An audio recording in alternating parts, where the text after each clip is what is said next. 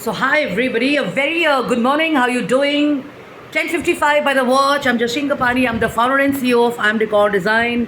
Cheers to you on a great start to Tuesday.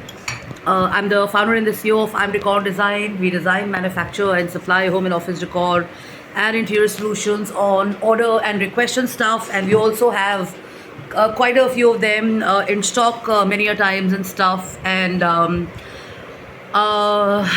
uh, the products are in two categories. One is basically the bigger products, which is we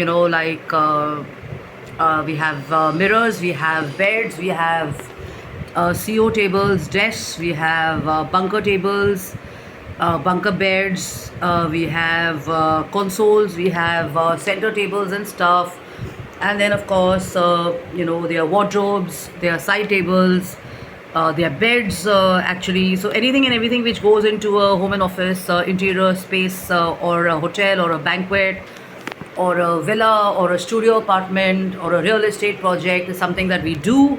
The other category is basically about smaller products which are for homes and regular use.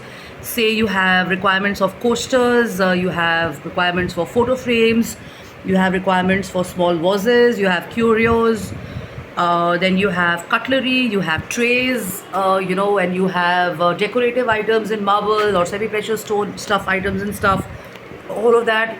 So the design sense and the quality and the finish is something which I personally and professionally look into. And then we've been doing quite a few projects and we've been supplying to showrooms and stuff. And now we are at a point where we are looking at collaborations and long-term, associations and stuff like that, which we are working on very slowly. So, from the rationale and the plan that we have right now is my chapter, which is from this is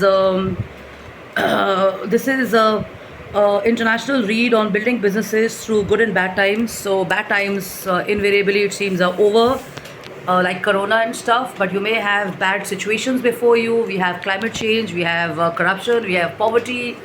In a way, we have elections and stuff, and we have probably let's look at diseases that are happening all over the world. You may have water shortage problems and stuff, and you have the war happening and stuff. So this is just a situation which is happening. It doesn't mean that the whole world is in a bad spot or in a bad light or whatever.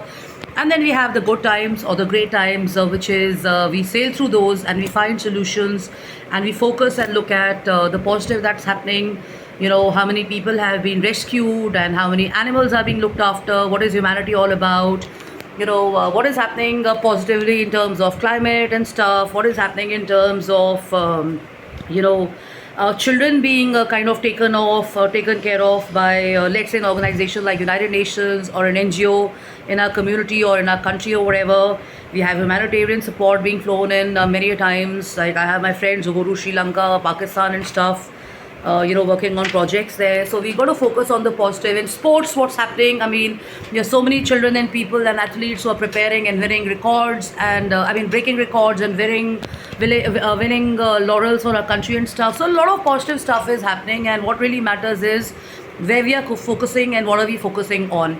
And the biggest and the best news is that many people like me, we've been very active for over a few years in various forums where we've been sharing and talking about the influence of media and quality content and stuff, and what are the benchmark and what is the standard of information that must be shared. Because I feel that when we are influencing minds of people and stuff, we got to be very careful, because negative and unhealthy news can have a real bad effect on people and not let them come out of the mode that there is always a constant struggle happening, or there's always sadness around, and there's something wrong with the world and stuff.